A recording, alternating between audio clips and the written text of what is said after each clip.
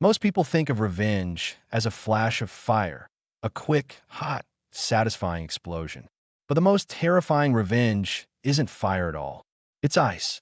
It's slow, methodical, and it can last for years, chipping away at a person's sanity while they never even know who's holding the chisel.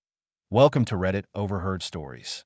The story you're about to hear is a confession of a revenge plot so patient and so prolonged. It's almost unbelievable.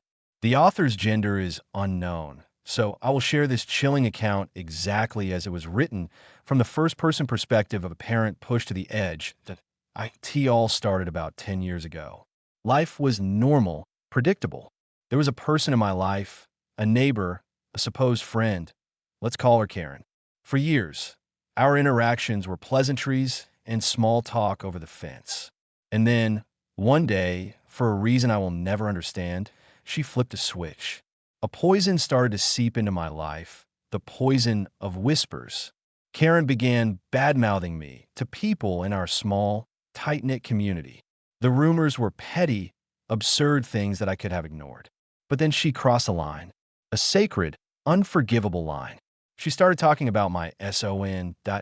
My son was just a kid, navigating the already difficult world of school and friendships.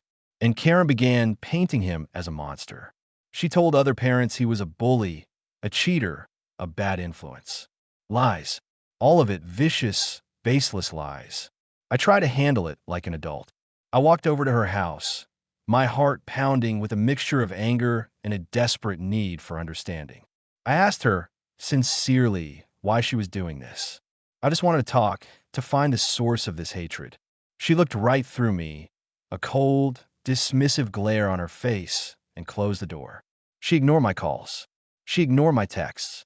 She made me a ghost in her world while actively destroying mine. The real pain wasn't what was said about me. It was watching what it did to my son. I saw the light in his eyes dim. He'd come home from school quiet, withdrawn. The birthday party invitations stopped coming. I'd see other kids whisper and point at him in the park. One evening, he came to me, his face pale, and asked a question that shattered my heart into a million pieces. "Dad," he asked, "why does everybody hate me?" In that moment, watching my innocent child suffer because of one cruel woman's inexplicable malice, something inside me broke.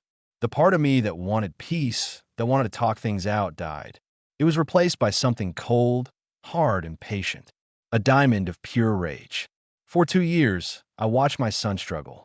And for 2 years, that diamond inside me grew, solidifying into a single, clear purpose: revenge. Not a loud confrontation, not a screaming match, something she would never see coming. Her car was her pride and joy. A new, shiny sedan she washed every weekend, parked in a very public spot on the street. It was her symbol of success, her face to the world. It was the perfect target. And so, my 10-year mission began. Once a year, under the cover of darkness, I'd become a ghost. The first year it was simple. A handful of dog poo, smeared carefully under the driver's side door handle. A disgusting, degrading surprise for her morning commute. I watched from my window as she found it. Her face a mask of confusion and disgust. She probably thought it was just some random kids. And that was the beauty of it, the anonymity, but I was just getting started. The next year, I let the air out of all 4 of her tires.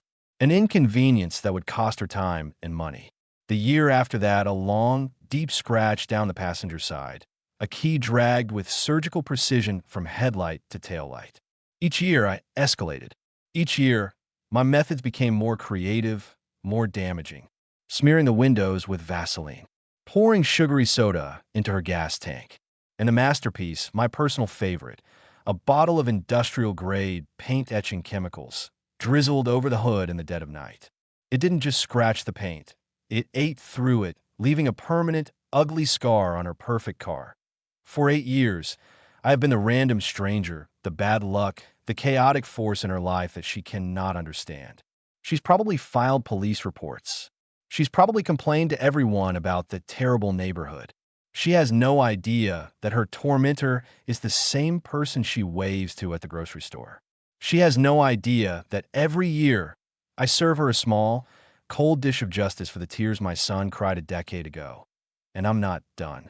I'll probably keep it up for a few more years before I let her off the hook. She made my son's life a living hell for 2 years. I think a decade and a half of paranoia and costly repairs is a fair trade. And that's the confession. It leaves you to wonder, is this a story of perfect, righteous justice for a parent protecting their child? Or is it a story of a person who lets someone else's cruelty turn them into a monster? 2. Let me know what you think in the comments.